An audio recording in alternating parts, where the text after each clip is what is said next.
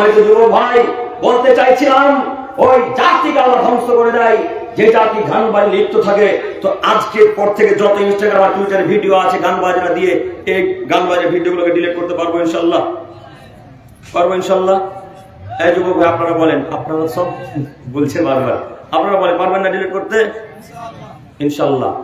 আর এরপরেও যদি আপনি শয়তানের পাল্লায় পড়ে ডিলিট না করেন, একটা বাক্য মনে রাখেন,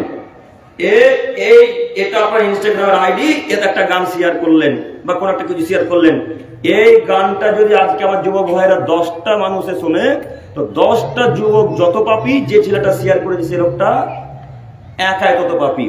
এখন এই ছেলেটার ইনস্টাগ্রামে ফলোয়ার আছে 50,000। তো একটা ভিডিও শেয়ার করলে এখন কত হাজার মানুষ দেখবে? 50,000। ফেসবুকের ফলোয়ার আছে 17,000। তো একটা যদি গান শেয়ার করে বা ছাড়ে পোস্ট করে, তাহলে কত হাজার মানুষ দেখবে? 17,000।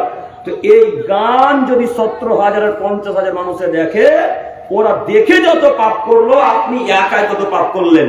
বলেন, আপনাকে আমি কথা বুঝাতে পারলাম? তো এখনই গানকে ডিলিট করে উঠবো ইনশাল্লাহ? পারবো তো? এখন যদি ডিলিট করে দেন, তো শয়তানের মাথা তার কাজ করবে না।